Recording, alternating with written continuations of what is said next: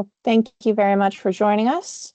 I'm going to be walking through our two open grant programs, starting with an introduction of the general grant process and then diving into the Western State Fire Managers and the Hazardous Fuels Reduction grant programs, which are administered by the Forestry Assistance Bureau here at the Idaho Department of Lands.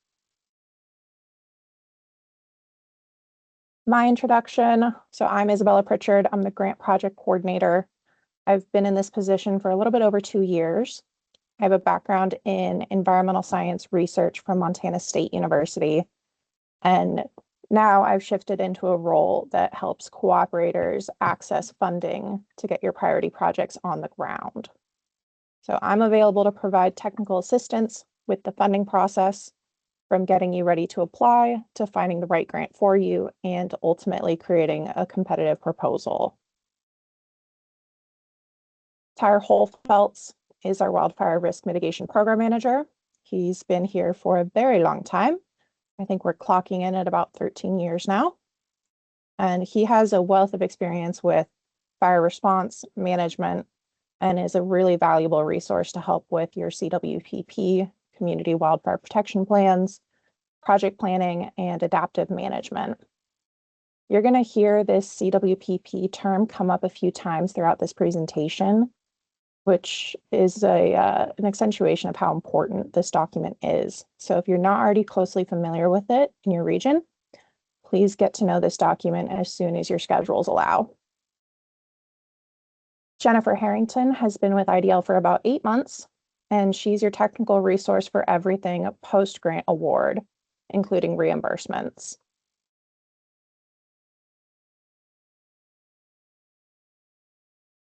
Now I want to bring your attention to the IDL Grants webpage. So this is our grants hub that's always being updated to keep up with current grant availability, resources, and tools that we're developing. I try to get out updates through our newsletter as well, which you are able to register for on this main grant webpage. It's also the location of our current RFP flyer and project proposal packets. So make sure to bookmark this as your first stop to visit and refer to before beginning to develop your proposals. These are the 4 planning steps for projects as it relates to developing grant proposals. So first, when it comes to collaboration, this is holding a series of planning meetings and inviting potential partners that might provide subject matter or expertise or other values to where specifically the project needs to take place, how, what type of landowners will be included. You can have conversations to be able to identify the issues that drive the need, why this project might be important, what type of objectives you need to be able to address these issues, who's doing what, identifications of gaps in partnerships, and possible costs associated with the project. So this might be what you would consider a whiteboard exercise with all of the stakeholders involved in project planning. Research and review.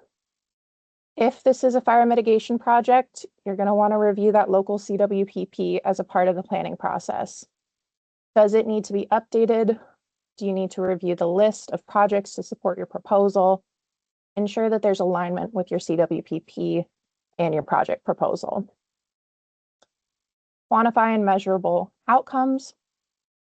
So these are developing the actions and activities to address issues and meet objectives. You want to show measurable outcomes and milestones to be able to prove the potential for success and that you've laid out what are those SMART objectives. So the specific, measurable, achievable, reportable, and time-bound widgets.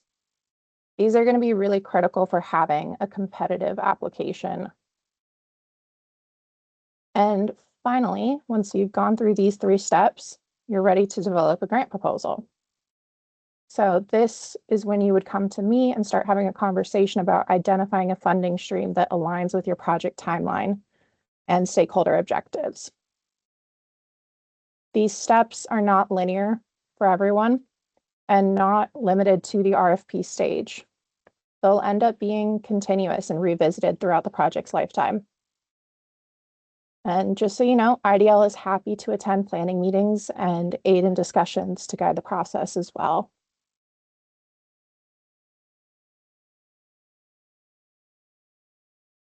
Eligibility for entry into these programs. You must be a state, county, and local agency, a 501c3 nonprofit, tribe, or an educational institution. Individual private landowners are not eligible to apply directly with IDL.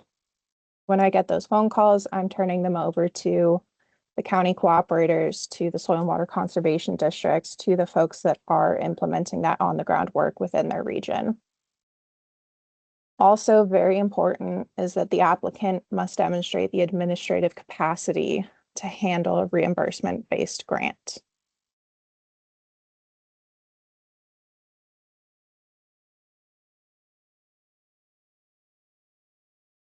The CWPP connection. Your CWPP must be current. And what that means for these programs is that it's been updated within the last 10 years. Most of Idaho is operating within an updated CWPP. So projects must also be explicitly listed in the plan. Neighboring plans are okay if they cover the project area, but you want to look for predefined, predetermined objectives within that plan. It's a pretty simple process to update the projects within your plan. You would just want to connect with the program manager, Tyra Holtfelds. These are a couple examples of projects that you'll see in these plans that Tyra has reviewed. And so something that would be a good project example is establishing 2 miles of continuous fuel break along the east and west sides of Highway 95 in this corridor, removing all trees, herbicide application, and seeding. Something that's a little bit more vague and hard to connect to a grant application would look more like establish fuel breaks along Highway 95. I'm going to go over 2 more examples. One that would look good within your plan would be provide fire mitigation education in the form of handouts and pamphlets within this specific community. Probably not something like educate county populations on fire mitigation or just hold community meetings within the county. These are a little bit too vague to show to the grant review committee that there's been the pre-planning in place to be able to make this project a priority and successful. The last example I have, support community defensible space efforts throughout the implementation of a community-wide chipping program for the town of Lenoir, including the purchase of a county-owned chipper. This shows a lot of forethought, planning, steps as far as what's going to go into the project, yet it's still succinct in one sentence. That's the balance there, is you want it to be short, but thorough. If you find that the project that you're looking to implement is not in a CWPP, again, you can easily amend the CWPP through the administrator of that plan by reaching out to Tyra Holtfelds. If you don't know who administrates your CWPP, also reach out to Tyra and he can facilitate that handshake. Another important document to make sure that you're familiar with is the Idaho Forest Action Plan. So this was last updated in 2020. It's something that's reviewed every 5 years and goes through a full update every 10 years. It's developed by a cross-section of stakeholders throughout the state and represents a modeling effort to identify threats and benefits to Idaho forests. There's 2 parts. They're both available on our webpage. Part 1 shows the modeling and mapping exercise, while Part 2 presents the strategies and priorities. You're going to want to start with Part 1 to identify that you're in a priority landscape with your project, and then move on to Part 2 to be able to align your project objectives and goals to the FAP, strategies and priorities. That's a connection that will need to be detailed in your proposal later on. This is the priority landscape mapping tool, also available on our website. And so again, you're just looking for areas that are located within a priority landscape area and identified as a risk for wildfire.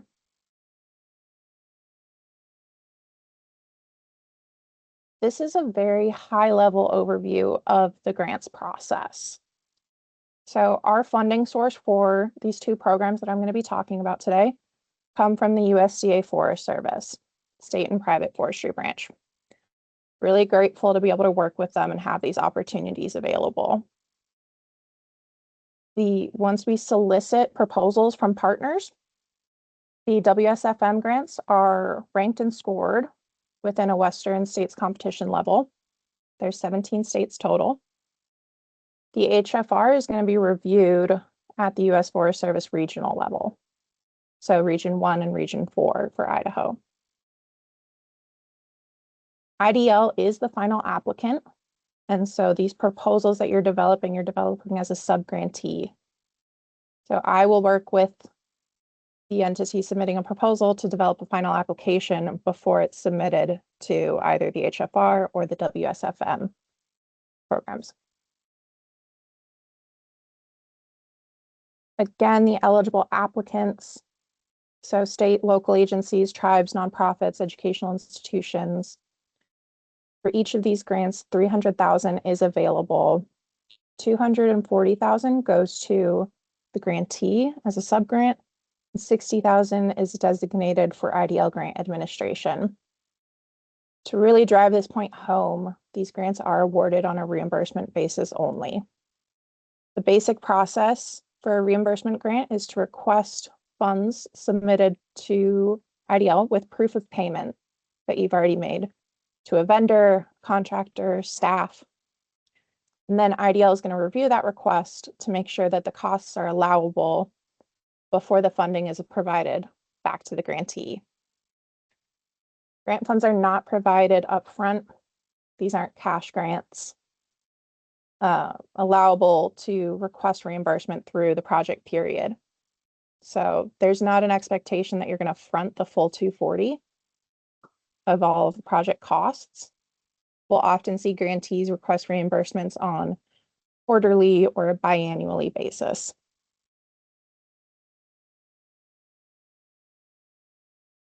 There are 3 different types of project funding: grant funds, match funds, and leverage funds. Match funding comes in the form of another grant, cash, or in-kind work on grant-eligible activities. In order for these funds to be considered match, they must be paying for activities that the grant considers eligible. Also important to note is that match cannot be from a federal funding source. An example of match in kind would be for slash pickup. Leverage is essentially the value of contributions made by the proposing grantee and their project partners to meet the mutual project outcomes. So it's above and beyond match. It might be project meetings, it might be education that's happening alongside this project as well. WSFM is desired to be a one-to-one value of leverage, but that's not a requirement. There is not a match requirement for HFR, but again, we highly encourage leverage. The value of leverage can come from federal sources, and it may fund activities outside of the grant authorities as well. I thought I'd share some better news with you. To recap, again, match needs to fall within grant authorities. Leverage does not. Match cannot be from federal resources. Leverage can. To overview the application process, so first we have the proposal. Then we have the Idaho Lands Resource Coordinating Council meeting in the spring, where we're going to present all of the proposals that are submitted to have them review and form recommendations for full application development. The full application development is a coordinated effort between the selected applicants and IDL. During this time, I'm going to review those initial proposals and work with you to gather any additional information that's needed. And then I'll submit a final version to the Forest Service.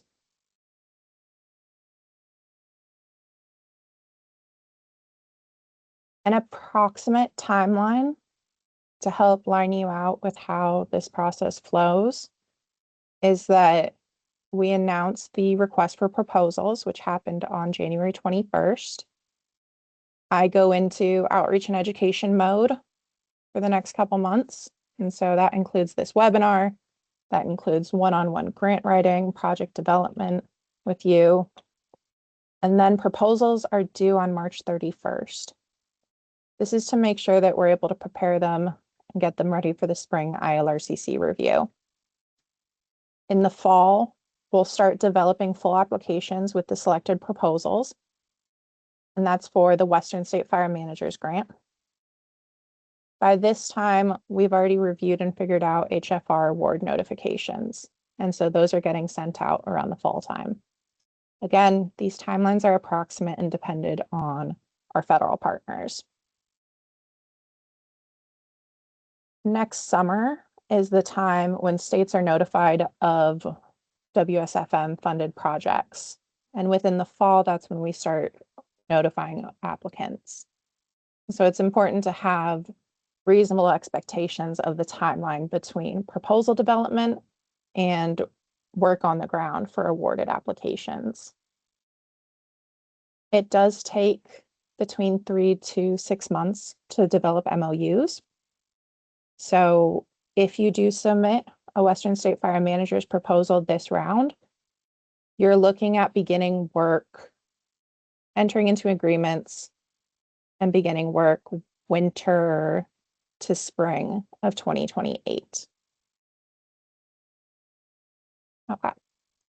This is going to be the first deep dive into one of the grant programs. I'm going to start with the Hazardous Fuels Reduction HFR program. So proposals are evaluated at the U.S. Forest Service region scale and region 1 and 4 for Idaho, whether depending on your location. Projects must align with the state FAP and be included in a CWPP. Any outreach or education has to be relevant to the specific project area audience, aka the participating landowners.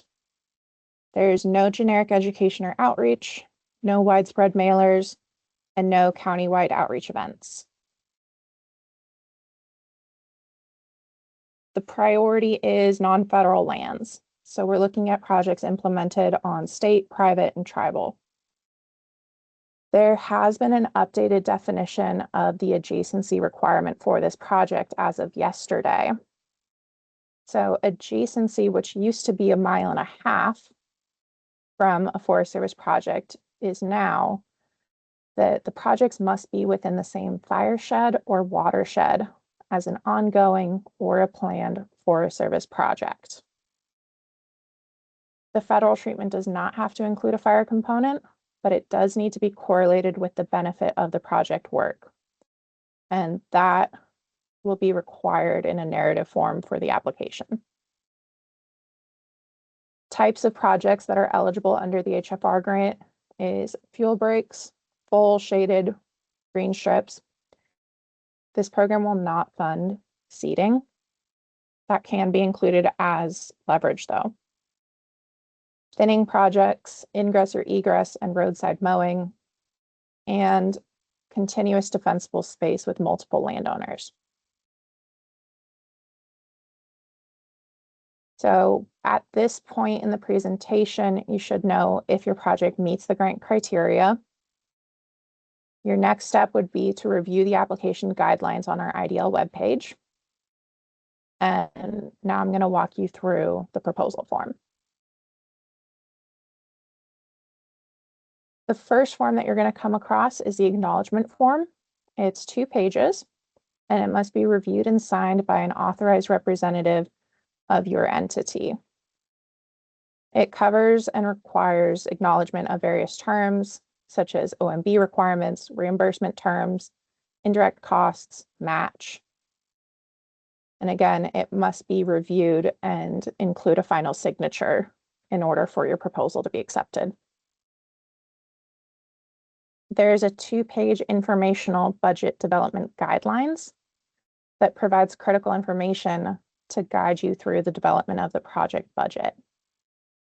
So this relates to flat fees, contractor costs, indirect costs, personnel, and a lot more detail for that.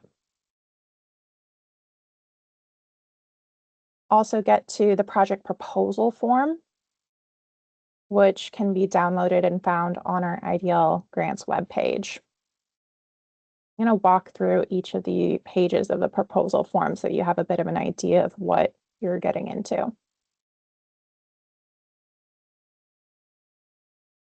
That's the budget form.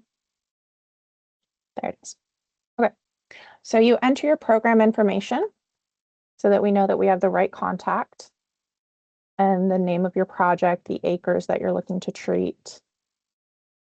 And then you get into the budget, which here it's pretty simple because we've already allocated you $240,000 for this grant. You are going to need to identify what project is on the Forest Service side of the adjacency requirement. So getting with your Forest Service contacts and identifying what active projects they have going on in your watershed or fireshed. You'll provide a realistic timeline to be able to complete this project with metrics within 2 years. And then you'll describe the area. And so identifying the vegetation types, topography, geology, those types of things, as well as the community. Scope of work, the treatments, what you're going to get done and how. And then the interagency collaboration. And so who else is involved? Who are those stakeholders? And what are they bringing to the table? Maintenance and sustainability.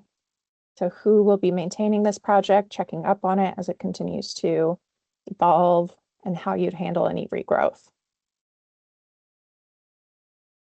That is the HFR project proposal.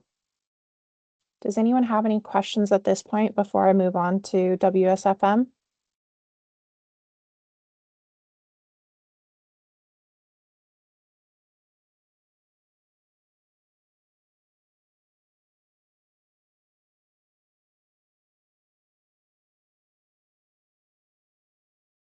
All right. So next we have the Western State Fire Managers Grant. So there's 10 applications that IDL can submit within each year.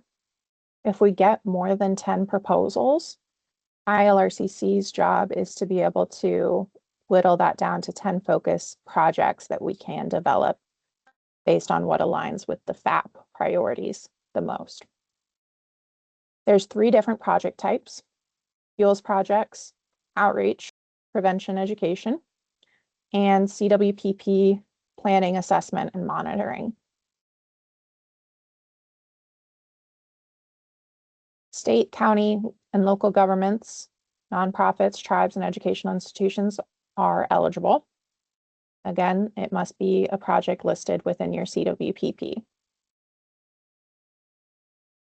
Another big piece is that you still have to have the capacity to manage an on-the-ground project or a plan to hire and manage contractors to implement it for you. So a WSFM project, if you are going to go the fuels reduction side, that would be looking like fuel breaks, forest thinning, defensible space, watershed protection. 85% of the total funds that go into this grant program are awarded to fuels reduction projects. Only 15% of the annual funding is allowed to go to the other 2 types, like the education and outreach. If you are going to go down an outreach and prevention side, this might look like school educational events, signage, fairs, HOA meetings, social media campaigns, but you do need to include quantifiable widgets for the amount of events held, the number of fairs, the number of meetings attended. and the number of people that you're expecting to reach with that messaging. The CWPP planning side of projects can look like CWPP developments or updates, all hazard plans that include CWPP elements as well. So please do talk with Tyre before considering submitting a planning project. He is well-versed in this type of work and can provide technical assistance and may be able to actually provide the support you need instead of having to submit a grant application. Funding restrictions include these ineligible activities. So you are not allowed to do individual homeowner defensible space. They all need to be linked together. Not allowed to do maintenance on previously federally funded projects. We're not allowed to do preparedness or suppression capacity building or small business startup or GIS database development. These are all ineligible activities. The project proposal packets that again you can find on our grants homepage start off very similar to the HFR ones that I've already walked through with the acknowledgement form, the budget development guidelines, and then you get into the proposal forms.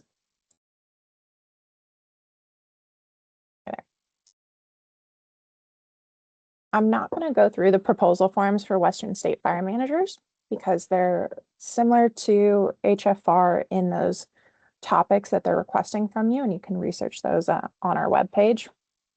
But I do want to talk about if you're trying to decide whether to go the HFR route or the WSFM route. So the difference between the two is that HFR does have a ownership specific adjacency requirement. So the project must be within the same fireshed or watershed as a Forest Service project. Western State Fire Managers does not have that same requirement. Within HFR, project area specific education is only allowable. Within WSFM, you can do general education. Also for HFR, there's not an allowable activity for seeding, whereas for a WSFM project, seeding is allowed for mitigation only. So something like a green fuel break. HFR does not require a match component, whereas for WSFM, you are required to meet the minimum 10% match. So that's about $24,000 for in-kind or cash match.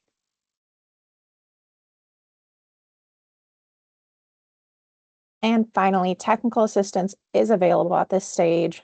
If you're looking for programmatic assistance, Tyre Holfeld's is an incredible resource to tap into. He helps with CWPP development. He also does site visits. One of my favorite terms that I'm not sure if he coined or borrowed from someone is seeing the trees for the forest. So if you have not yet had a chance to be able to go out and view a potential or a completed project site with Tyre yet, I would highly recommend trying to do that. Also, I am available for grants assistance from proposal development to helping you match with a funding source. I offer one-on-one WSFM and HFR grant writing workshops. So you don't have to bear the brunt of the learning curve of all of the nuances of grant writing. That's something that I'm happy to tap in and help you navigate. Here is both Tyre and I's contact information. Feel free to reach out at any time. And again, proposals are due on March 31st by 5 p.m. Are there any questions or discussion points at this time?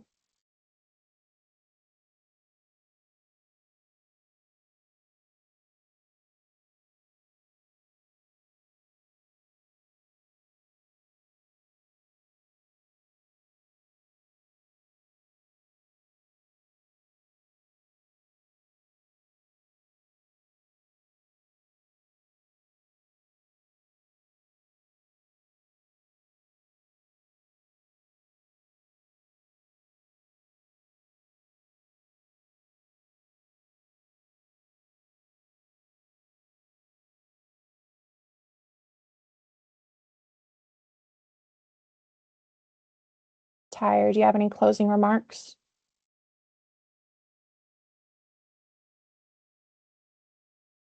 Well done, Isabella. Again, another great presentation covering all the aspects of these various programs. I want you all to take to heart what she said, that we're here to help you as a grants administrative staff between Isabella, Jennifer, and myself. Our goal is to make sure that you are successful. So please, as you start considering applications, reach out to any one of us to have a discussion about your particular project. Or if you're already down the pathway of developing an application, please don't hesitate to reach out to Isabella. She is a wonderful resource. We're blessed to have her here within IDL. So again, thanks and good luck, everybody.